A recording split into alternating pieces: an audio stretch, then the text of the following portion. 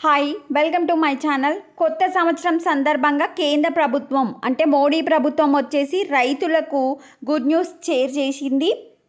First one వచ్చేసి DAP బస్తా 1350 రూపాయలు మాత్రమే. కొత్త ఏడాది మొదటి రోజే సమావేశమైన కేంద్ర కేబినెట్ దేశంలోని అన్నదాతలకు శుభవార్త చెప్పింది.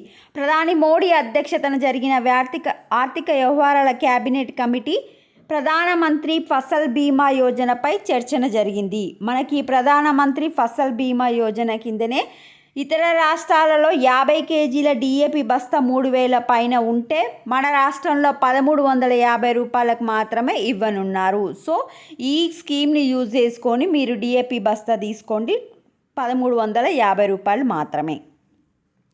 ఇంకొకటి వచ్చేసి ఇంత ముందుకు మోడీ రైతు బంధు 6000 ఇచ్చేది. అంటే 3 సార్లు 2000 2000 2000 రైతులకు పెట్టుబడి సాయంగా ఇచ్చేది.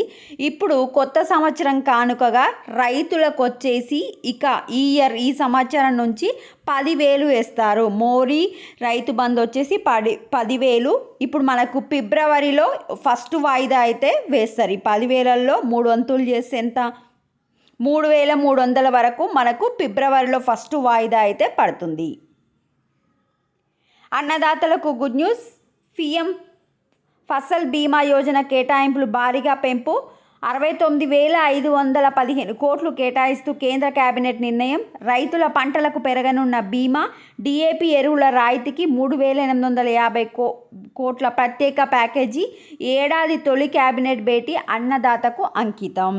సో ఇవి మోడీ గారు రైతుల కోసం తీసుకొచ్చిన 2 ఇంపార్టెంట్. ఒకటేమో 10,000 ఇస్తారు మనకు పంట సాయం సంవత్సరానికి. నెక్స్ట్ వచ్చేసి డిఏపి బస్తా 1350కే ఇస్తారు. ఇది రైతులకు అప్డేట్. వీడియోని లైక్ చేయండి. Thanks for watching.